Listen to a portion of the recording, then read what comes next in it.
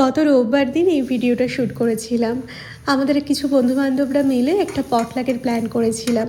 সেসব তো তোমাদের সাথে শেয়ার করছি, তার আগে একটা ইউনিক রেসিপি শেয়ার করব। আজ লাঞ্চে বানিয়েছিলাম পনির থেজা পরোটা।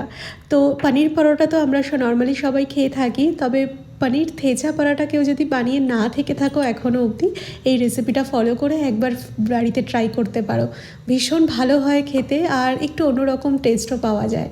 তো সবার প্রথমে আমি ধনেপাতা, রসুন, কাঁচা লঙ্কা একটু শুকনো তাওয়ায় কিছুক্ষণ নাড়াচাড়া করে সেটা থেতো করে নিয়েছি।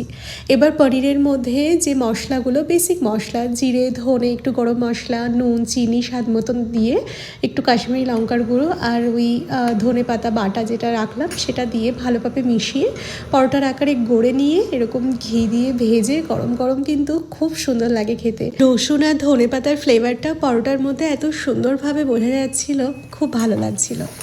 আচ্ছা, ওই যে ভিডিও শুরুতেই বললাম আজকে একটু বন্ধুবান্ধবরা মিলে পটলাকের প্ল্যান হয়েছে। আর আমি আজকে বানাচ্ছি পটলাকে এই দুধ পুলিটা। যখনই আমাদের কোনো পটলাকের প্ল্যান হয় আমরা চেষ্টা করি আমরা যেখান থেকে বিলং করি সেই জায়গার প্রসিদ্ধ খাবারগুলো বানিয়ে নিয়ে যেতে।